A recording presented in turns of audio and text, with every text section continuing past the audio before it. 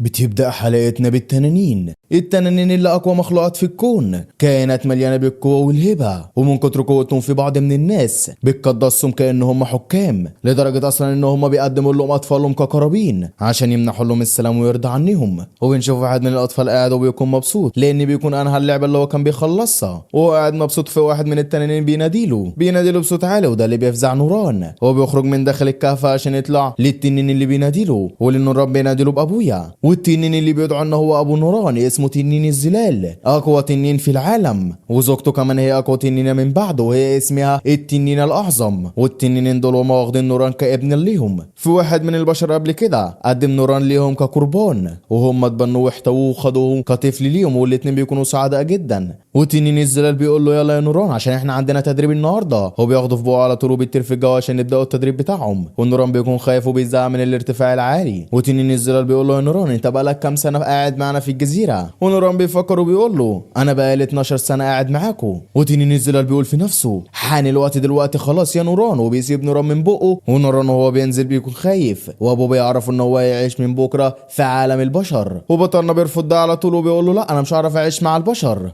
انا بعملش حاجه غير ان انا بنضف الجبل وبتعلم لغه التنانين من امي، فانت ازاي هتسيبني لوحدي في عالم البشر؟ وبينزل على الارض بصدمه كبيره، وعلى عكس المتوقع بيقوم وما بيكونش حصل له اي حاجه، وبيزعق وبيعيط لابوه وبيقول له البشر دول عندهم قوه كبيره ولدرجه ان هم بيواجهوا التنانين وجها لوجه، فارجوكوا بقى سيبونا نعيش معاكم في الجزيره. وتنين الظلام بيبص له نظره مرعبه وبيقولوا له لا مش هينفع، انت هتنفذ كلامي بالحرف الواحد. ومن نرفزته بيبعت على الهجوم، ونوران بيتفادى الهجوم ده على اخر لحظه، ومن قوه الهجوم بيكسر الجبل اللي وراه. وامه في الخلف بتكون عماله تعيط لان هو بيقص عليه، وبياخده في الكهف بتاعهم عشان يجهزوه ويودوه، وبياخدوه الكهف بتاعهم عشان يجهزوا حاجته ويديها له ويمشي من المكان. وبالفعل بيجهزوا الحاجات بتاعته، بيديله الشنطه، وابوه بيديله سيف، وبيعرفوا ان السيف ده هو واحد من السيوف القويه بتوع البشر، ومن قوته هو صابه في الماضي، فخده يا نوران هو هيفيدك بعد كده في المستقبل. ونوران بياخده وبيمشي وهو عمال يعيط، ولكن قبل ما يمشي بيبص لهم وبيقول لهم انا قبل ما امشي انا عايز اديكوا حاجه، وبيدي لهم الشال اللي هو كان مخلصه قبل كده. وهم بيكونوا فرحانين جدا من الهديه دي، وهو بيعرفوا من الهديه ديت كشكر ليهم عشان هم استضافوا كل المده دي كلها في الجزيره بتاعتهم. والاتنين بيكونوا زعلانين لانهم هيفرقوه، ولكن الموضوع ده مش بايديهم عشان هم عايزين ان هو يعتمد على نفسه من بعد دلوقتي. وابوه بيقول له يا نوران طيبه قلبك ديت مش هتنفع مع البشر، لان البشر قوتهم كبيره، وكمان فيهم النصابين والمخادعين اللي بينصبوا على الناس، وده نوع من البشر اللي انت ما ينفعش انك تتعامل معاهم نهائي. وانت في يوم من الايام هتصبح اقوى واحد في العالم، والعالم كله هيخاف منك ومن قوتك. ونوران بيقول له يا ابي ما تخافش، انا هكون قد الثقه اللي اديتها لي، وهكون اعظم واحد في عالم البشر. ونوران بيبدا يمشي من الجزيره خالص، والتنين من الخلف بيكونوا زعلانين وبيتسالوا ان هو هيعرف يتعامل مع البشر ويصبح اقوى واحد، ولا هيحصل العكس وهو مش هيعرف يتعامل معاهم.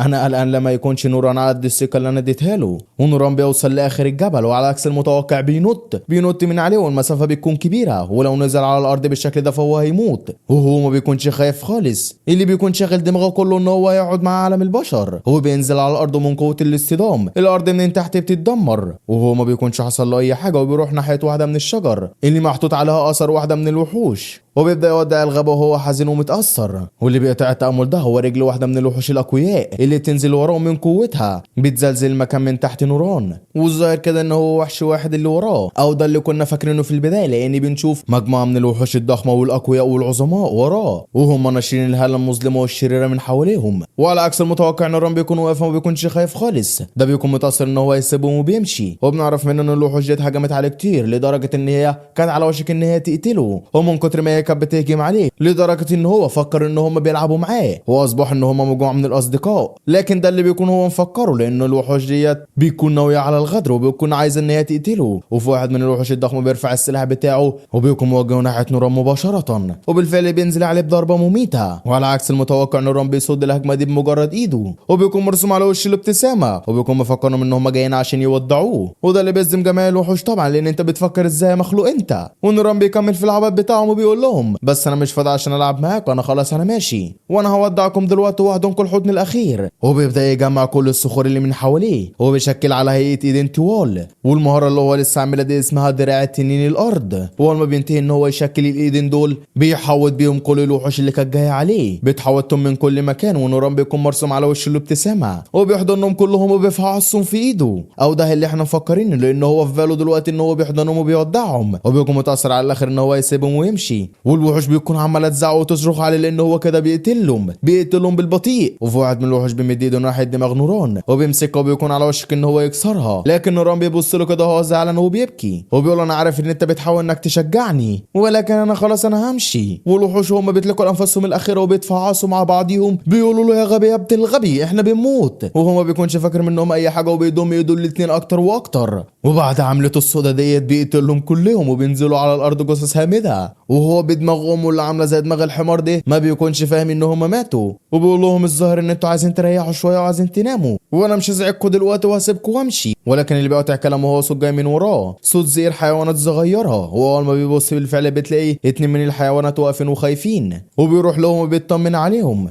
وفي وحش ضخم بيكون جاي عليه من الخلف، والظاهر كده ان ده هو ابو الوحشين الصغيرين، وبيكون مفكر ان نوران بيهجم على اولاده، فعشان كده بيهجم على نوران كمان بغضب شديد، وهو عمال يصرخ في وشه صراخات بتهز المكان من قوتها. ونوران ما بيكونش فاهم هو ليه عمال يصرخ على الصراخات ديت، ومن غبائه بيفتكر الموضوع غلط وبيقول انا عارف ايها الوحش ان انت عايز تمنعني ان انا امشي، ولكن خلاص مفيش حل تاني غير ان انا اعيش لوحدي من النهارده. وبيقول ان انا ادور على شخص قوي واخليه يتبناني واتدرب عليه عشان اصبح اقوى واقوى، وبيبدا يجري من المكان بسرعه كبيره تحت انظار الوحش اللي بيطمن على اولاده، بيكون واقف ما بيكونش فاهم هو العبيط ده بيعمل وبيتكلم مع مين. ونوران وهو بيجري بيكون فرحان وبيقول انا بعرف انضف حلو، والخدمه اللي انا هخدمها للشخص اللي هيتبناني ديت هحصل على مقابل ليها ومقابل حلو كمان في ان هو يدربني ويقدم لي الرعايه الكامله، وانا لازم احط هدف لنفسي، والهدف ده خلاص انا لقيته، وهو ان انا ادور على واحد قوي يتبناني، وتاني هدف كمان ان انا اكون واحد عظيم واكون واحد من الاقوى الاشخاص في العالم، فعشان كده انا لازم ادور على واحد اقوى من والدي الاتنين اللي بيتلقبوا ان هم اقوى اتنين في العالم، ولكن اكيد ان هتلاقي واحد من البشر اقوى منهم، ودي هي وجهتي الاولى. وبيركز كده على واحده من المدن وبيقول الظاهر كده ان المدينه ديت مدينه البشر،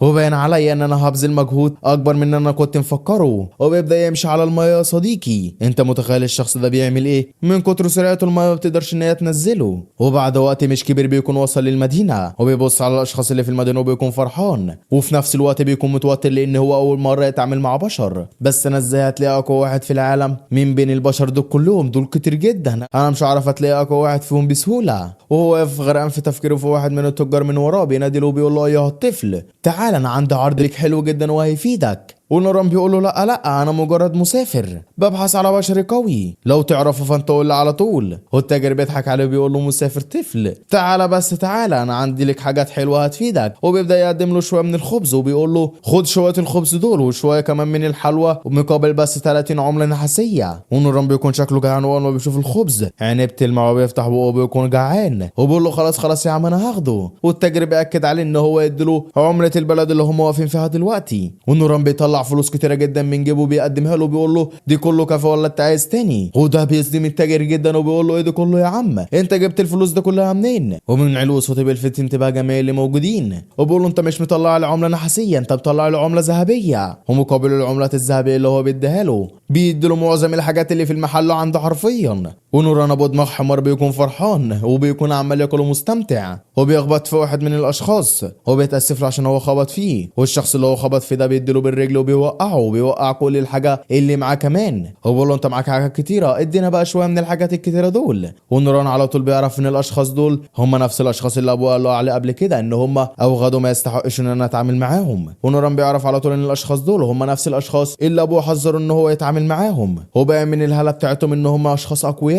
ولكن استنى لحظه، دول الاشخاص الاقوياء اللي انا بدور عليهم. وبيقول لهم يا اشخاص لو مش بتمنعوا خالص فانا عايز اتعرف عليكم واتصاحب عليكم. وهو شايل اكل في واحده من النباتات بتيجي في مناخيره وهو بيشمها، وهو ما بيشمها بيعطس عطسه. لا ده مش مجرد عطسه، ده بيطير جميع اللي موجودين حواليه، ومن قوه الارض من تحت بتتشقق وبينزلوا على الارض وبيكونوا متأذين على الاخر وبيستغربوا على الاخر بيقول له ايها الوغد انت بتتجرأ ان انت تهجم علينا؟ ونوران بيقول لهم لا ما تفكروش غلط انا بس عطست، وهم ما بيقتنعوش بالكلام ده وبيطلعوا الاسلحه بتاعتهم وبيقولوا له انت ساحر ومتخاف ومتشكل على هيئه طفل وعايز ان انت تقتلنا، ولكن احنا هنتغدى بك قبل ما انت تتعشى بينا. ونوران واقف عمال يعيط وما بيكونش فاهم حاجه، والاشخاص دول بيهجموا عليه بالاسلحه بتاعتهم بكل شر، ونوران ما بيكونش عارف يعمل وما قداموش اي حل يعمله قدام الاشخاص دول، ولكن بيفتكر سلاش باك من ابو التنين وهو بيحذره وبيقول له نوران احمي نفسك وما تخليش اي حد يتعدى عليك. ونوران بيستجمع قوته كلها وبيقول لازم احمي نفسي باي شكل، وبيبدا يجمع الهله من حوله ويجمعها في ايده،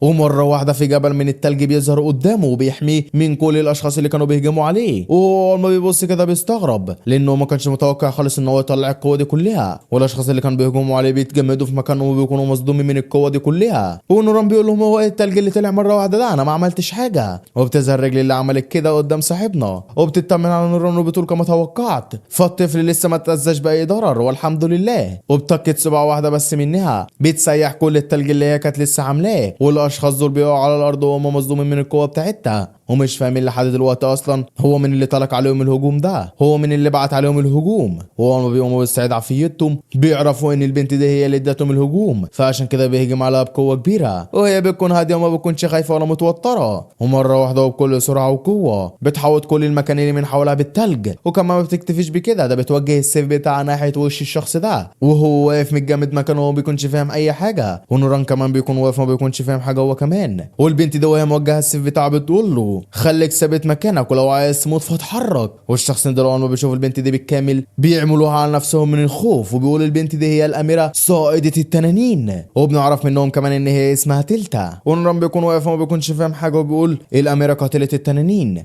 ايه هي الاميره قاتله التنانين ديت؟ وبنعرف كمان من الشخصين دول ان هي اقوى واحده بتقتل التنانين، وبيتاسفوا الله وبيطلبوا منها الرحمه عشان تسيبهم في حالهم وما تقتلهمش، وهي بتوافق ان هي تسيبهم وبتحذرهم لاخر مره. ولحد دلوقتي بيكون نوران واقفه وما بيكونش فاهم حاجه، وبتبص لنوران وبتبدا تطمن عليه، ونوران بينحل على الفور وبيقول لها بفضلك انت فانا بامان، انا ممتن ليك بحياتي. وهي بتقول له الاشخاص دول هم اللي كانوا في خطر مش انت، ومن حسن الحظ لنا في المكان. ونوران واقف زي الغبي مش فاهم اي حاجه من الكلام اللي هي بتقوله، وبيجي واحد من الاشخاص بينادي لتيتا وبيقول لها انا بقالي ساعه بجري وراك، انت اختفيتي مره واحده كده ورحت فين؟ هو لما بيشوف نوران قدامه بيقول لها الظاهر كده ان انت انقذت طفل مره تانية، انا ههنيك على الانقاذ اللي انت عملتيه وانت لطيفه زي عادتك. ونوران بيتوجه ناحيتهم وبيقول لهم ايها الاشخاص الغرباء انتوا مين؟ والولد اللي لسه جاي من شويه بيقول له احنا اشهر من نار على العلم، احنا العظماء فرسان اجنحه الفضه، والاتنين اللي واقفين قدامك دول يا ابني هما اقوى اتنين بيقتلوا التنانين بنفسهم واقفين قدامك. ونوران بيفهم على طول ان الشخصين دول هما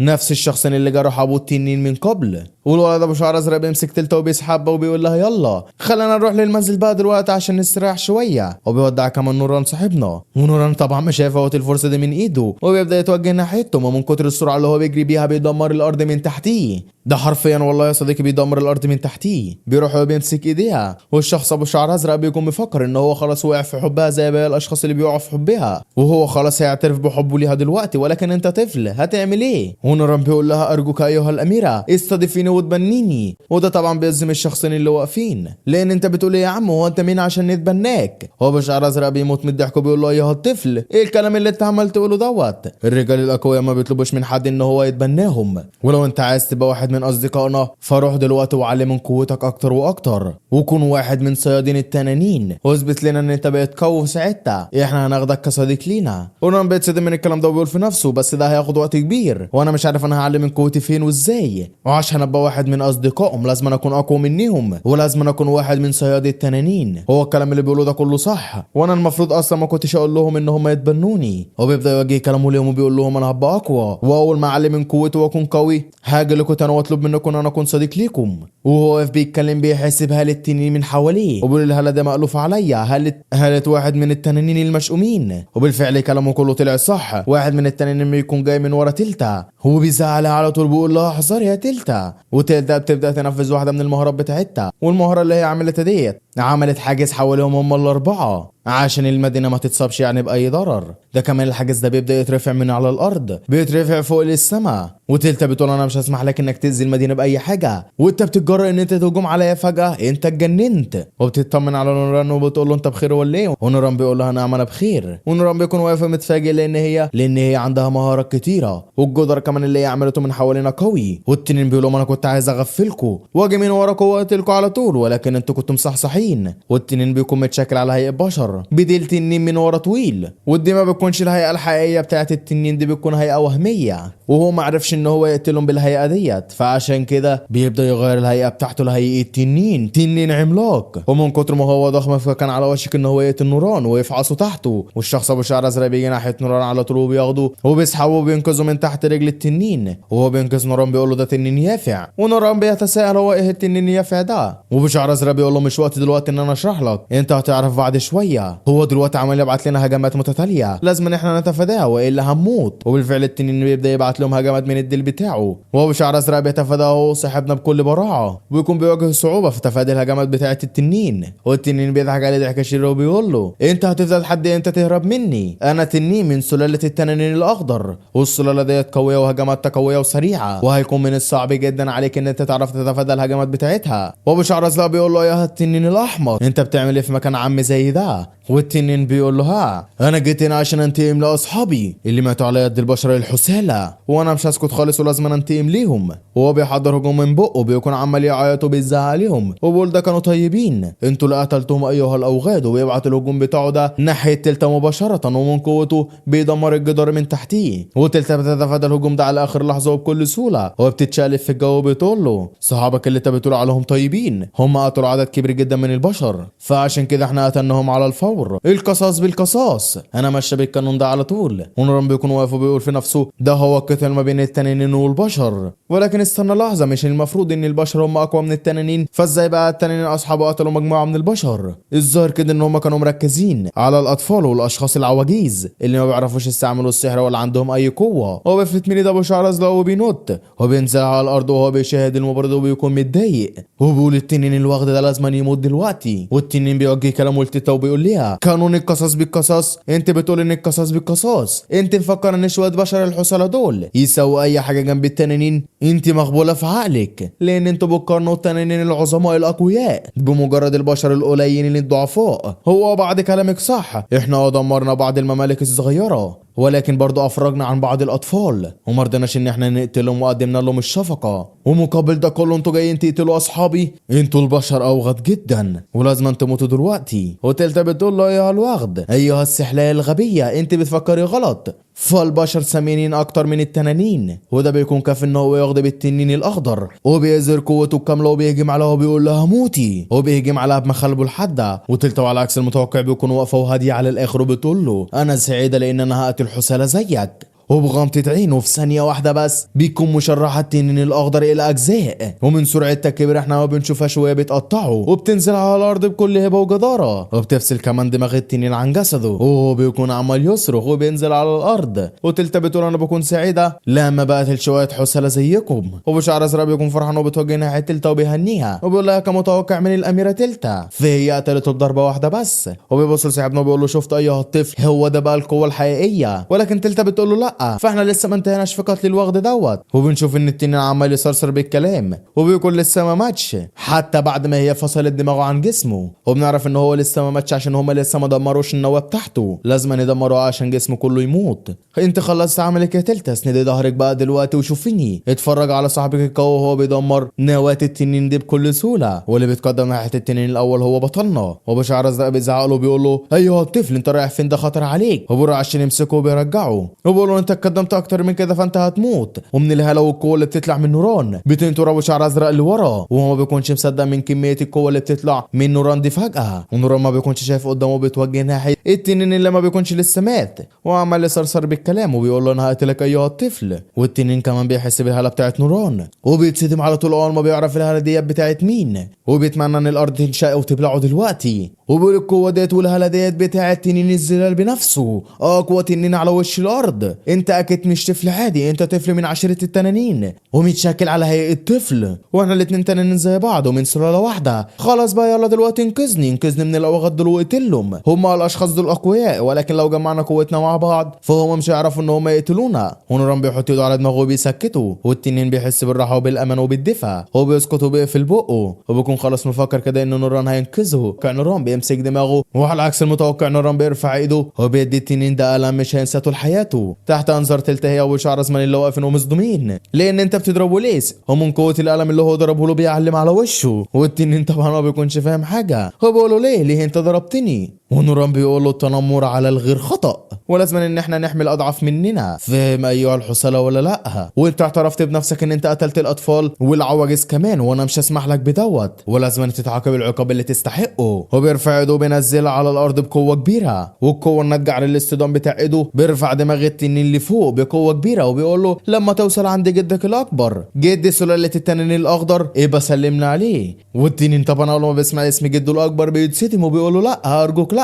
اقتلني بس ما تودينيش لجدي، انا لو رحت له فهو هيفضل يعذبني. ونوران ما بيسمعلوش بالسحر لغه التنانين، ودي بيكون اسم مهاره بترفع راس التنين ده من الارض لحد فوق السماء بقوه كبيره وبسرعه كبيره، ومن كتر سرعتها جسد التنين بيفضل في الارض وروحه هي اللي بتترفع، وبيكون عمال يصرخ وبيزعق عشان ما يودوش لجده. وبيعدي الوقت سريعا وبيكون خلاص وصل ناحيه منطقه تدعى سجن هوائي. وفي اتنين من التماثيل التنين اول ما بيشوفوا راس التنين ده بيمدوا ايديهم وبيتحركوا وبياخدوا وبينطلقوا على طول ناحيه الزنزانه عشان يتم عقابه من قبل جده. وهو عمال يصرخ صرخات بيكون بتزلزل المكان، وبيكون خايف ومرعوب لان جده هيعاقبه عقاب شديد. ونوران بيكون واقف وهو باصص في السماء وبيقول الجد الاكبر هو هيعاقبه، وتلتا بتيجي من وراه وبتقول له انت عملت ايه؟ ونوران ما بيكونش عارف يقول لها ايه ولا ايه، وبيكون واقف ومتوتر وبيقول في نفسه الظاهر كده ان انا ضيعت الغنيمه من ايديها وهي عايزه دلوقتي تقتلني، وبين كده كمان ان ده كان واحد من الاختبارات بتاعتها ان هي تقتل التنين وانا خدته من ايديها. وتلتا بتقطع تفكيره وهي مستغربه وبتقول له انت استخدمت بعض السحر الغريب، اشرح لي دلوقتي انت استخدمته ازاي؟